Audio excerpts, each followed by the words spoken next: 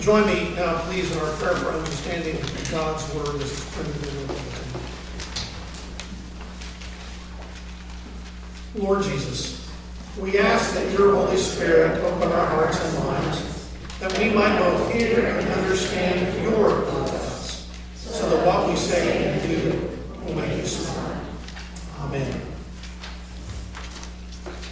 This morning we're reading the same passage we did last Sunday. We're just reading it from a different translation. It's a paraphrase from Eugene Peterson's The Message. It's Romans chapter 12, starting in verse 1 and continuing through part of verse 5.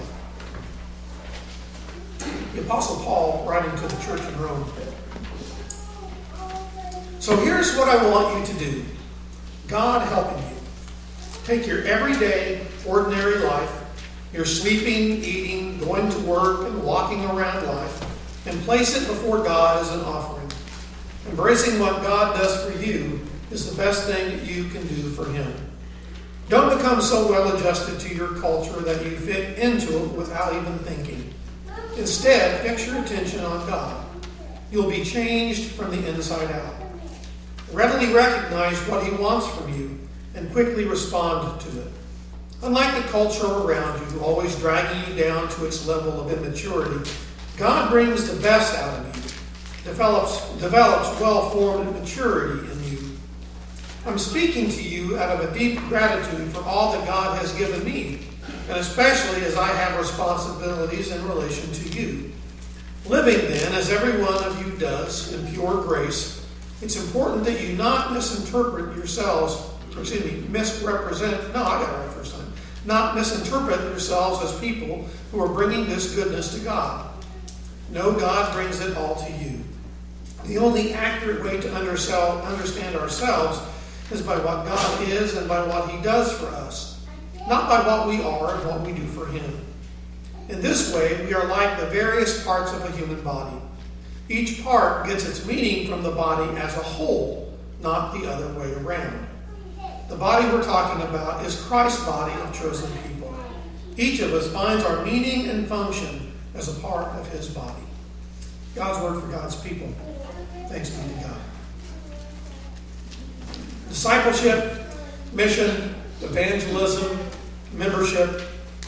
Those are four of the expressions of answering our call to the life of faith as a Christian that we've taken a look at the last 4 weeks. And I've made the assertion that all of them are intra-related. You may remember I've used that term before, intra-related.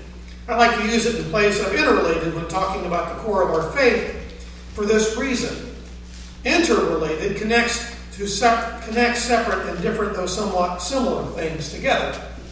When we get on I-80, we are on our country's interstate system. It's a national roadway that connects different states. Our state highways are our intrastate.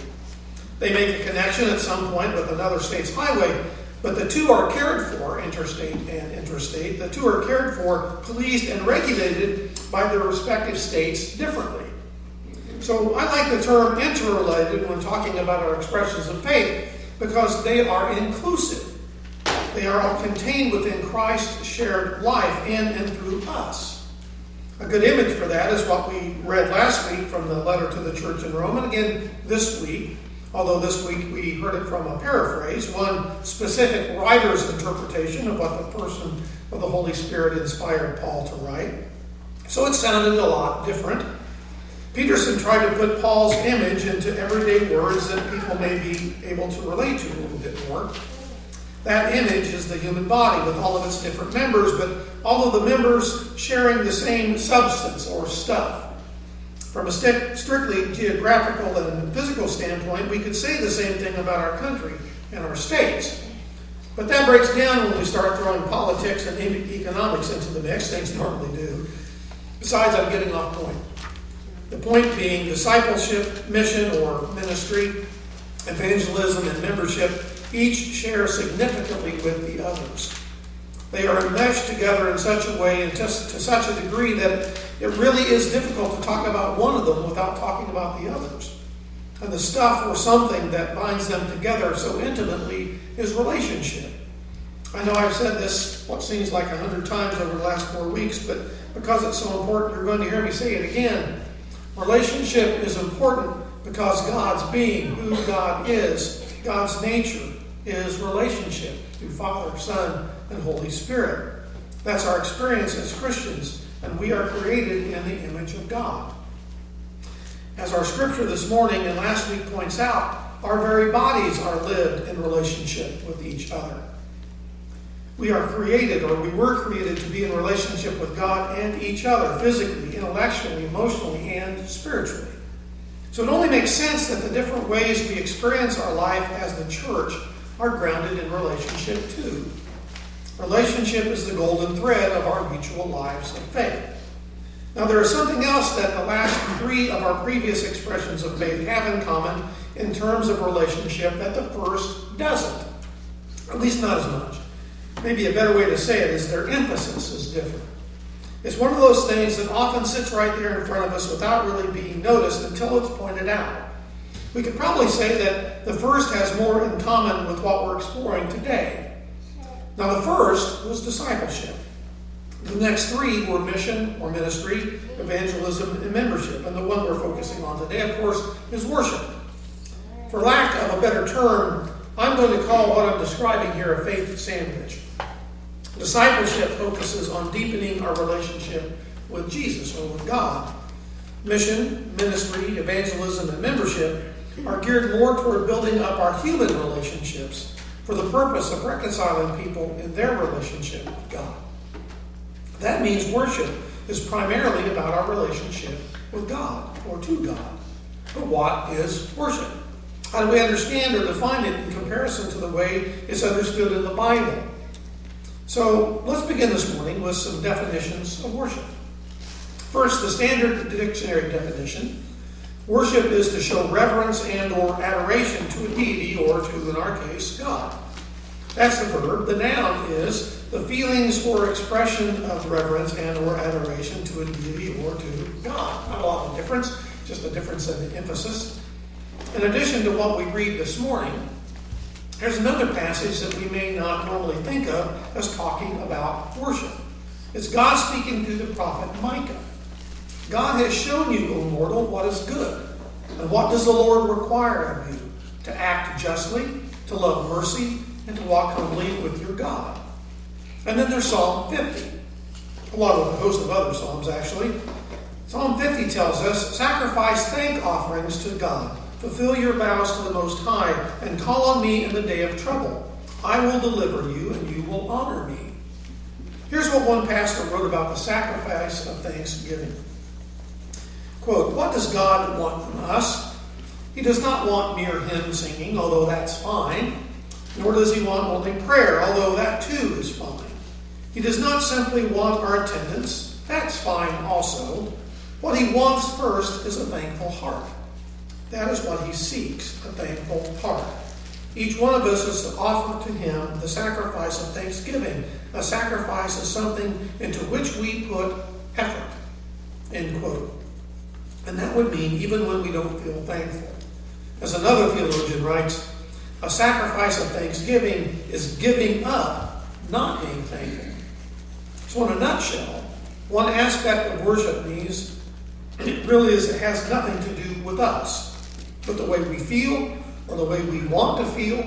Instead, it has everything to do with God. Worship is wholly and completely God-focused, or at least it's supposed to be. Going back to our standard definition, worship is to show reverence or adoration to a deity or to God. Even that generic definition, there is no mention of us receiving anything as reason or cause for worship. We worship because it's something owed to God for who God is. The same is true in the passage from Micah. There we hear a list of actions and attitudes we are called to embrace in response to God. Act justly, love mercy, and walk humbly. But none of them are about us receiving anything in return. So what is at the heart of worship? First and foremost, it is simply acknowledging our need and our dependence on God and God's grace and God's mercy. and responding to God with sacrifice of thanks. Some folks might ask, and understandably so from a human point of view, they might ask, thank God for what? And may offer what appear to be justifiable reasons for their doubt. Illness, injury, depression, addiction, financial worries, and related to that, job worries or unemployment, broken or failed relationships. Do I need to go on? All of these and more at some point are held up as God failing to bless us and reason not to be thankful. And nothing can be further from the truth from the standpoint of faith. It's the culture of the world that equates God's blessing with the material or the relational things that we have or that we don't have in this life. As if God is punishing us at worst or at best not rewarding us for some right action or belief. I don't want to chase this rabbit too far this morning, so I'm going to stop right there and say this. God's blessing is the gift of life, and the abilities we have all been given to live in relationship with each other and with God through the gift of faith. Now that's a pretty broad statement, so let me narrow it down just a bit, or try to. We are blessed because we are alive. We are blessed because we have been given the ability to think and to choose. We are blessed because we have the capacity to love and to be loved. Human being to human being and human being to God. What messes all of that up and can make life difficult isn't God's fault. It's ours. And it's called sin. But here's another reason to be thankful. God has taken care of the power of sin over us in our lives. It's gone because it was nailed to the cross and died with Jesus. What remains is the shadow of sin, the influence and the consequences of sin. The blessing of God is something we may not always be aware of when we're dealing with that injury or illness or the depression or the addiction, the financial worries or the broken or failed relationships. But the reality is, God is with us in all of those things, waiting for us to call out to Him and ask Him for His peace, for His grace, and for His never-failing loving kindness. Sacrifice thank offerings to God, the psalmist writes. Fulfill your vows to the Most High, and call on me in the day of trouble, and I will deliver you, and you will honor me. We worship God. We give God our adoration, our reverence, and we honor God because God gave us life, sustains our lives, and has redeemed us from the consequences of sin and made us one with Himself through the gift of faith in Jesus. But there is more to our worship of God than looking at the question, why? There's also the question of how. And by how, I'm not talking about the decades-old debate between what we call the traditional and contemporary services. Services that use modern or contemporary style music, dress, and settings as compared to services that sing all the old hymns and are accompanied by an organ where the preacher wears a robe. That's where, while that's a valid conversation, it's not one we're going into this morning because both of those styles of worship, services, along with any combination thereof, are valid. They both have their place and their purpose to direct our praise, our adoration, and our reverence toward God. Instead, I want to ask a question and an answer, I believe, I'm sure we've looked at before, and that is, why is it when we talk about worship, our first thought is to what we do on Sunday morning? I even went there first. I think the obvious answer to that is how we name it and how we describe it. I used it just a moment ago. It is a worship service. It's a time when we can come together as the church and worship as the church, the body of Christ. Our Sunday morning worship services are important to our life of faith. And I break it down into 4 areas, and you find them every Sunday morning in your bulletin. God calls us to come, right? The basic truth here is that we come Sunday morning worship in response to God's calling to us. If we think we get the idea on our own, I think we're mistaken. I argue it's the person of the Holy Spirit leading us here or to another house of worship. That alone tells us that worshiping together is important. God calls us to receive. Now this is, as I was writing this is when I think I may have to rethink just a bit. Maybe it should be more like what God said to Peter, James, and John when Jesus went up the mountain and was transfigured before them. Maybe it should be more listen, because we come to hear God speak to us. God calls us to give thanks. Here's another one that may need some tweaking. We are here to give thanks, and part of that is the financial offering that we give, which we'll get into more detail, I'm sure, at some point in a different message. But we also come to give our praise. And in line with our earlier definition, our adoration or our expressions of love to God. The last is, God calls us to witness and serve. This is part of our worship, or this part of our worship service, rather, is a transition. Kind of like the opening of the service, but instead of gathering us together, though, its focus is meant to be continuing our worship as the church gathered together to the church worshiping in the community in which we live. Because while our worship on Sunday morning is important, worship does not begin at 9:15 and end, hopefully, right, at 10:15. That's why we read the scripture. That's why we read the scripture that we did this morning, and from the message paraphrase. So here's what I want you to do, God helping you. Take your everyday, ordinary life, your sleeping, eating, going to work, and walking around life, and place it before God as an offering. We also hear the same truth from the other passages of Scripture that I shared earlier, particularly the passage from Micah. God has shown you, O mortal, what is good, and what does the Lord require of you, but to act justly, to love mercy, and to walk humbly with your God. What we do in every part of our lives is done in response to God's gift of life and faith, whether we believe it or not. Just because we may not think of it doesn't make it untrue. We don't think about the sun rising or setting. We don't think about breathing or smelling or using any of our other senses. We don't think about the grass growing or the birds singing, but all of those things happen. Both our passage from Romans and the passage from Micah talk to worship as part of our daily lives. And there are a score of others too. So the way we parent or grandparent is meant to be done in an attitude of worship. The way we relate to our spouse is to be done in an attitude of worship. The same is true the way that we approach our job or our co-workers, how we interact with our neighbors, our kids, teachers, or if we're teachers, the way we interact with the kids and their parents. What kind of behavior do we display at public events? What kind of treatment do we give our public servants? How do we respond to what's going on in the world around us? One of the key things we read in the New Testament, and we can find it in multiple places, are the attitudes we're supposed to strive after or nurture. Here in Romans, Paul writes, "Let love be genuine. Extend hospitality to strangers. Bless those who curse you. Don't be haughty or proud. Do not repay anyone evil for evil, but overcome evil with good." In the letter to the Galatians, we hear and read about the fruit of the Spirit, which will show more and more in our lives if we offer ourselves to God through faith in Jesus.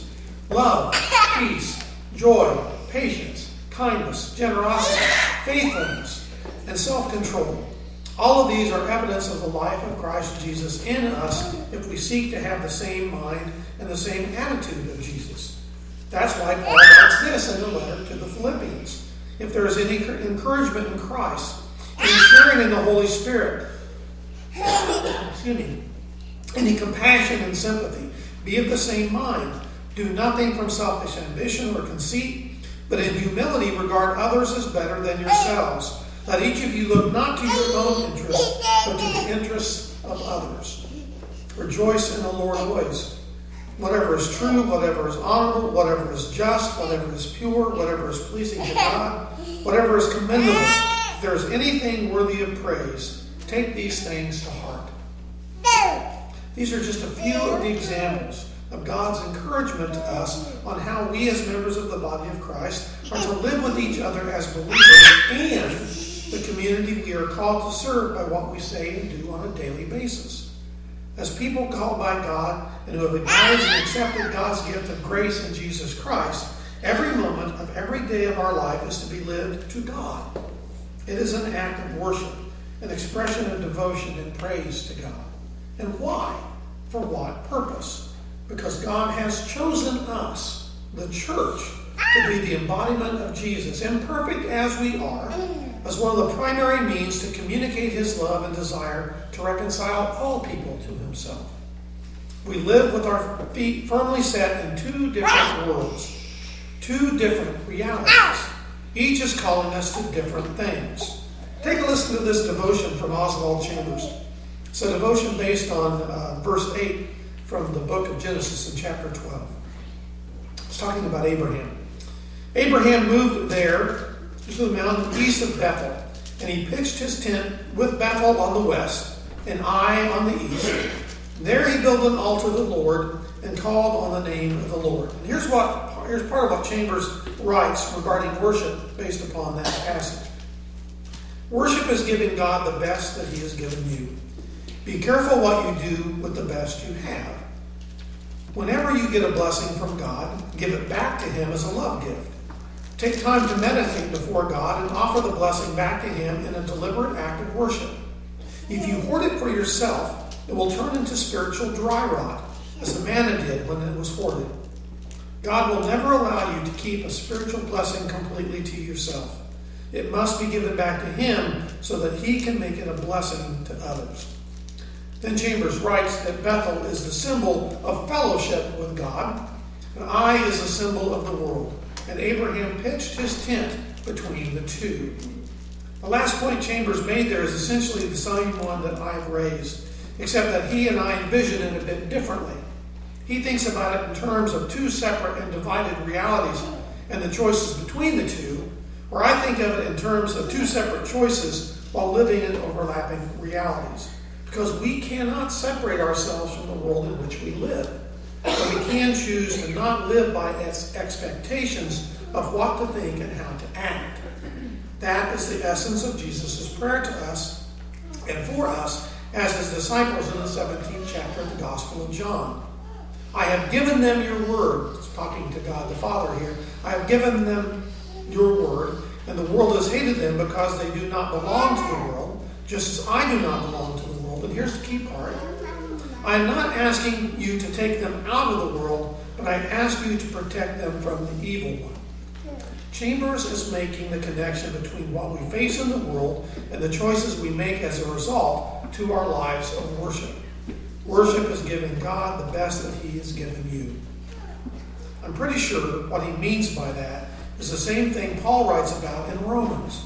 Everything in our lives is a gift to us from God, and we honor God when we return it to him as a sacrifice. Taking our everyday, ordinary lives, our sleeping, eating, going to work, and walking around life, and placing it before God as an offering. When we don't, we're creating idols to serve ourselves and our own interests. Not completely, to be sure, at least in most cases, but we still face choices on a daily basis between honoring God and what we do and how we do it, or honoring ourselves or the things of the world that hold our attention and maybe even our devotion. It can be a real struggle at times. That's why it's important for us to hear once more these words of grace. I am speaking to you out of the deep gratitude for all that God has given me, and especially as I have responsibilities in relation to you. Living then, as every one of you does, in pure grace, it is important that you not misinterpret yourselves as people who are bringing this goodness to God. No, God brings it all to you. The only accurate way to understand ourselves is by what God is and by what he does for us, not by what we are and what we do for him. Living as we do in pure grace. The only accurate way to understand ourselves is by what and who God is and what he does for us, not by what we are and what we do for him. That's why we worship. That's why we give God honor and praise. That's why we need to try our very best to put God first in everything we do. Because even when we don't, even when we fail miserably, God still loves us. God still accepts us. Because God is love. And in spite of all of our human shortcomings, or because of them, God in Jesus Christ has done for us what we were not and are not able to do.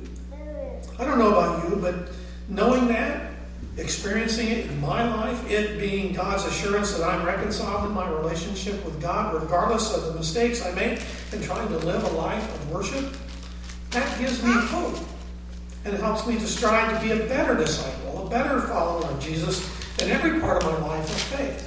Discipleship, mission or ministry, evangelism, membership, and now worship.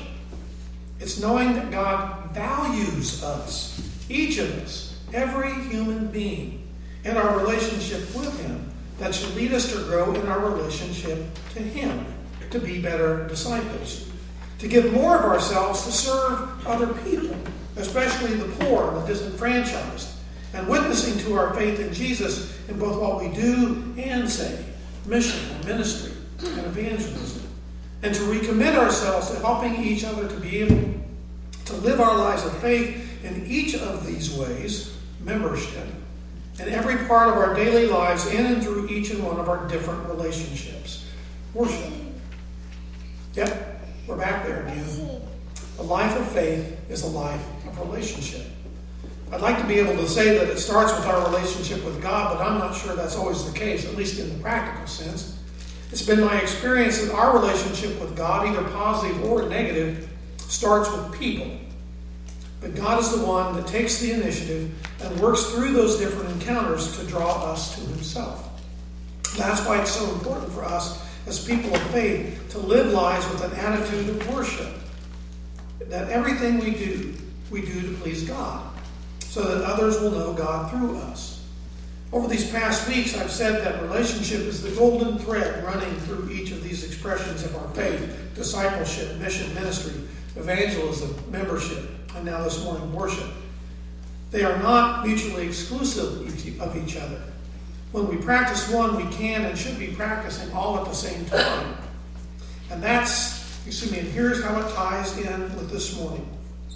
One may be getting more emphasis than any other at any given moment, but when done with an attitude of worship, when we are allowing God to work in and through us so that each is experienced as God intended them to be, which results in God's purpose being fulfilled, people are reconciled in their relationship with each other, and people are reconciled in their relationship with God.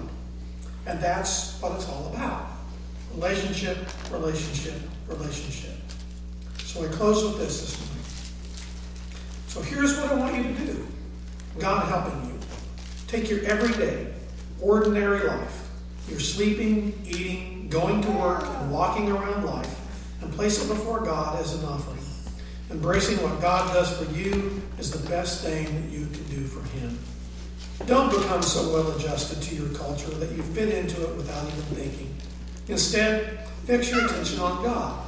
You'll be changed from the inside out. Readily recognize what He wants from you and quickly respond to it.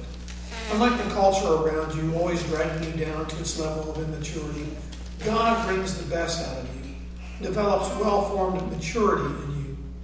I'm speaking to you out of the deep gratitude for all that God has given me, and especially as I have responsibilities in relation to you. Living then, as every one of you does, in pure grace, it's important that you not misinterpret yourselves as people who are bringing this goodness to God. No, God brings it all to you. The only accurate way to understand ourselves is by what God is and by what He does for us, not by what we are and what we do for Him. In this way, we are like the various parts of the human body. Each part gets its meaning from the body as a whole, not the other way around. And the body we're talking about is Christ's body of chosen people. Each of us finds our meaning and function as part of His body. In the name of the Father, the Son, and the Holy Spirit. Amen.